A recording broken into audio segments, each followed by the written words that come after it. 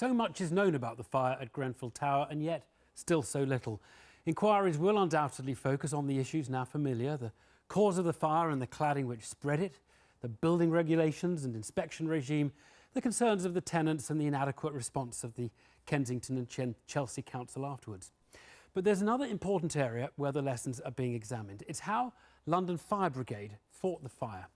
It was a night of unquestioned bravery of individuals who risked everything to rescue those inside and control the flames. But were they equipped to deal with a disaster of that magnitude unfolding in front of them? Could it have been doused more successfully, for example, if an aerial platform had been summoned earlier? Well, Newsnight has uncovered evidence of a series of failings on that night that no firefighters could have overcome. John Sweeney reports, and a warning, there is quite a bit of bad language in this piece.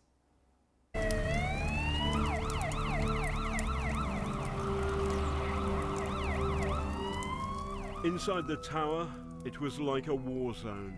Dark heat, pitch black, toxic smoke. But in the worst possible circumstances, London's firefighters did their best. I saw firefighters who I know are extremely fit, marathon runners, completely fucked, throwing up. The fire floors we went in were helmet-meltingly hot. I stood up on the 10th floor to smash a door in and instantly felt the heat on my head and shoulders. When I got down and removed my tunic, my shoulders were burnt. Firefighters have been banned from speaking to the media, but Newsnight has gathered anonymous first-hand accounts from those fighting the fire through an intermediary. We've also obtained the incident mobilisation list, the document which details when every London Fire Brigade appliance was sent and when it arrived. We've pieced together a picture of the battle to fight the Grenfell fire and identified a series of failings that made a desperate task even tougher. 5 minutes to 1, 2 fire engines or pumps, call signs G272 and G271 from G27, that's North Kensington Fire Station, get the call out. They're on scene in 4 minutes. 2 more fire engines from Kensington and Hammersmith arrive shortly after.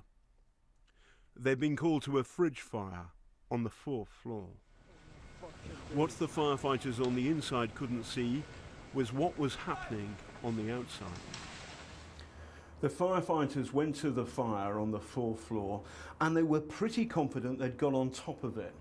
And then something bad happens, something weird on the radios. They're hearing it's a 4-pump fire, that means there's 4 fire engines. Then it's a 10-pump fire, that's bad. Then it's a 20-pump fire, that's a catastrophe. And they don't get it because they're on top of the fire. And then they realise the fire is growing on the outside. Grenfell Tower on fire, fire brigade, everything. Look, wow, look. At 1:15, 5 more appliances are called out from Paddington and Hammersmith. Fire spreading up. This footage, shot on a mobile phone, shows the fire hit the cladding and rage up the side of the tower. Firefighters try to tackle the blaze from the ground. 1:19. 24 minutes after the first crew is dispatched, the first tall ladder, or aerial, is assigned to the fire. 1:19. 24 minutes after the first crew is dispatched, the first high ladder, or aerial, call sign A213, is assigned to the fire from Paddington. It arrives at 1:32 a.m. If anything could have stopped the fire spreading to the outside, it might have been a high ladder and pump. So why weren't they sent immediately? The PDA is the predetermined attendance. That's what the Fire and Rescue Service plans for different locations if there is a call. Aerial appliances were not on the original PDA, so in this case there was some half hour or so before the aerial appliance arrived. Whether that would have made a difference is something that needs to be looked at. I have spoken to aerial appliance operators in London who drive and operate those appliances and who attended that incident, who think that having that on the first attendance might have made a difference because it allows you to operate a very powerful water tower from outside the building onto the building. Are you okay? By the time the high ladder arrived, it was too late. The London Fire Brigade told Newsnight that the PDA has been changed after Grenfell, so that an aerial appliance and an extra fire engine will now attend fires in high-rise buildings. Inside, firefighters were battling the worst fire in Britain since the Second World War. The stairwells and tower blocks are supposed to be smoke-free. In Grenfell, the stairwell was yet another hazard. There was seriously heavy smoke logged floors between 3 and 14 early doors. Couldn't see a thing. The stairwells were smoke-logged and full of casualties. Fighting a fire with toxic smoke, some of the Grenfell fire retardant was based on cyanide. It's like deep-sea diving. The firefighters had 23 stories to climb, but they had to keep enough air to get back down again. Very soon, far too soon, they were running out of air. A firefighter from North Kent brought a casualty down from the 21st, and the guy was unconscious by the 19th. The firefighter dragged him down to the 10th and ran out of air. He took his mask off and pegged it down. He collapsed as he came out. Crews were working on the stairs without breathing apparatus. They were sorting water and acting as runners. We took our masks off to put them on people and saw fuckloads of other people doing the same. More than an hour after the first crews were sent, the mobilisation list shows the fire chiefs on the ground called in every single extended breathing set in London, from places like Wandsworth, Islington and Tower Hamlets. In terms of the compressed air breathing apparatus, clearly more would have been helpful. Again, we have to say this was an unprecedented fire. So what became clear in this incident is that the extended duration sets were what was increasingly required, and more of those clearly would have helped. I think that raises questions about whether there should be a review of that. On the night of the fire, we're told, there was a big problem with water pressure. And if you're a firefighter tackling an inferno, that's not good. There was total chaos beyond entry control. The fire floors we went in were helmet-meltingly hot, and we only went in the lobbies initially. Later, when we were clearing flats, it was a case of a quick look in and close the doors because the water pressure wasn't up to the firefighting. Newsnight understands that the fire brigade asked Thames Water to boost the pressure. Even after that, we're told, the problems with water pressure continued. When approached by Newsnight, Thames Water would not comment directly on whether they were asked by the fire service to boost pressure, but they did issue this statement. We've been supporting the emergency services response in every way possible. Any suggestion there was low pressure or that Thames Water did not supply enough water to fire services during this appalling tragedy is categorically false. In thick smoke, in raging heat, something else went wrong too. Firefighters complained their radio communications weren't working properly. They weren't punching through 10 stories or more of concrete, and there was so much traffic on the airwaves they couldn't understand what was being said. Some of them weren't just fighting blind, they were fighting deaf too. The comms were so overcrowded I turned mine off. We couldn't get priority messages away and gave up trying. We were asked to withdraw several times but just ignored it because we were amongst it at that point. There's always been a problem in ship firefighters and high-rise buildings that anything above a certain amount of floors you have a problem with, and we've always had a problem. When I was in the brigade, we always had a problem with the UHF radios or handheld radios and the breathing apparatus radios, and I can imagine the amount of BA teams that have been put in there. Each team would have been given its own call sign, like Zulu 1 or Zulu 2, etc. And then you would have had 1 or 2 breathing apparatus control officers trying to manage all of the messaging backwards and forwards. The firefighters spoke of the fire as a war zone, of ways of attack and retreat. By 4:30, crews from every part of London, Sutton, Ealing, Barking, Lewisham have been mobilised. The scale of the response is unprecedented. The highest fire service aerial platform in Britain is not in London but in Surrey. It arrived hours after the fire was out of control. So would a high platform have helped?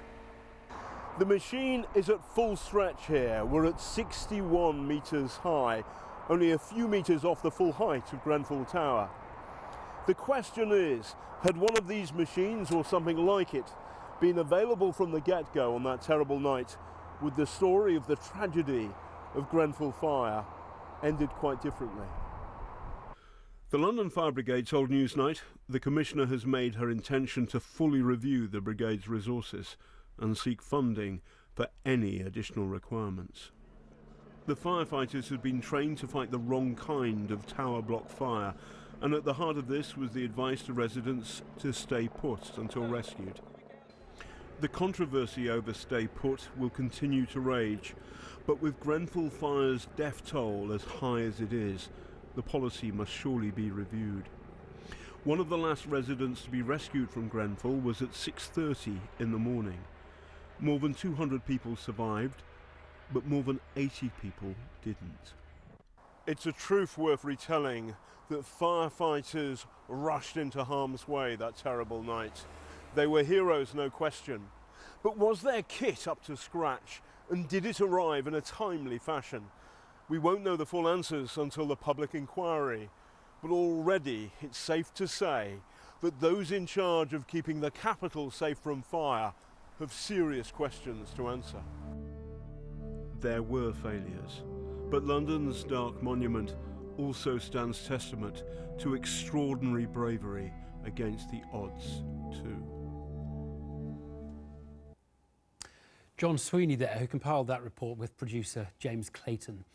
Well, of course, the firefighters had not encountered anything as serious as Grenfell, and it behaved in ways they didn't predict. Whatever plans you have, suddenly they're confronted with that kind of reality, and they go to naught.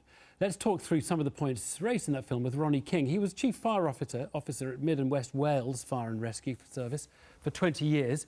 He also worked in London and Yorkshire, and also serves as an advisor to MPs on the all-party parliamentary group on fire safety, and he joins us from Swansea. A very good evening to you. Just a sort of quick initial reaction to what we've heard there and these firefighters' accounts of what they confronted on that night. Yes, I think we have to say that what firefighters have said is obviously very concerning, and it always occurs after a major incident. This is very much a major incident. London Fire Brigade's been in business since 150 years now. I'm sure that every incident develops new procedures, new policies, and their policies that currently exist are because they're predicated on the fact that a building like Grenfell Tower is compliant with the building regulations. And if this was compliant with the building regulations, then certainly there is something seriously wrong with the regulations. If it wasn't compliant, then there's something seriously wrong with the procedures. Let's just take a look at one or two of the more specific things. So an aerial platform, is it your view on what you've seen that if a platform had, particularly a high one, had been available much earlier, that fire could have been controlled and doused out, even with all the cladding and all the issues we know about? I represented the families of the deceased at Lacanau House during the inquest, and I did recommend to the QC leading that investigation that London Fire Brigade may wish to review its aerial policy on the basis that the platforms there were within yards of the actual rescue of people from the balcony and from the flats affected, and but just didn't quite make it. They just didn't quite get to that point. And is it your view that you should send out an aerial, send out a high ladder straight away if you know the fire is in a building that's tall? The initial predetermined attendance for many fire brigades are that wherever there's a special risk, they automatically send a vehicle, a special appliance like an aerial platform, to that special risk. I hear, and I'm not privy to the investigation. Will of course the criminal investigation, and of course the inquiry, the public inquiry, will get to the bottom of what policies were in place. But if we work on the assumption that the policy was not to send an aerial platform to this, it would have been on the basis that they've evaluated its usage over a period and how many times does it get to work and how many times does it get called out and returned not used. And I'm sure that that had something to do with it, but again, until we see the inquiry and the results. I mean, obviously there were problems with breathing equipment, particularly the more enduring breathing equipment. One interpretation of what happened is they just didn't really know how bad this fire was going to turn out to be because it ripped up the side of the building. The other is that they just are under-equipped, maybe because they haven't been spending cuts have meant they haven't spent or invested enough in equipment. I mean, which of those two interpretations would come closer to your view on what you've seen so far? No, London Fire Brigade are one of the best equipped, if not the best equipped in the country, and I wouldn't want to criticise any policy of London Fire Brigade. Those firefighters did a marvellous job with the equipment they had. Yes, of course, we are hearing from your story that some of the firefighters have made claims, and those claims will be thoroughly investigated. But clearly you can't accept that they have rescue appliances that carry this additional breathing apparatus, extended duration sets. And of course, they are strategically placed, and all of them were used. So all of the available extended duration sets in London were mobilised to this incident and used, as they were at Lakenhall House. Is the problem ultimately that they didn't have a plan B? They knew what sort of fire they could cope with in a tall building. It was one where the fire would be contained in 1 or 2 apartments and they would get everybody out after putting it out. Is the problem they just didn't imagine you could have a tall building that didn't meet building regulations, or that the building regulations were wrong, and so you could have a fire like this? They just didn't have it in their mindset that it could be that bad. I think the timing of the fire in the early hours, you heard about the water pressure being low. Water companies do reduce pressures in the evening and later because it will save on leaks to their mains. I'm not saying that Thames Water did that, but when the fire brigade asks for increases in pressures, then they come. Those pressures are increased, and we will find out if that was the case or not. I'm sure this will come out in the public inquiry. Whether firefighters themselves were justified and ought to have anticipated a contingency plan for such an event, I think that's very difficult. Not many people, if any, in this country have seen a fire in a built block of flats full of people at that time in the morning asleep and have seen the consequences of that. I don't think anybody could have contingency planned for that, because our buildings should be safe. Our buildings should be safe in the first place. All the firefighting operations are predicated on firefighters fighting the building from inside, not outside. Obviously, it's excellent to be able to have an aerial platform ready on strategically placed for such an event, but in reality, they would be there standing idle for long periods. Ronnie King, thank you very much indeed, and we appreciate it. It's much easier in hindsight to make all these observations. Thank you very much. Thank you. Well, so much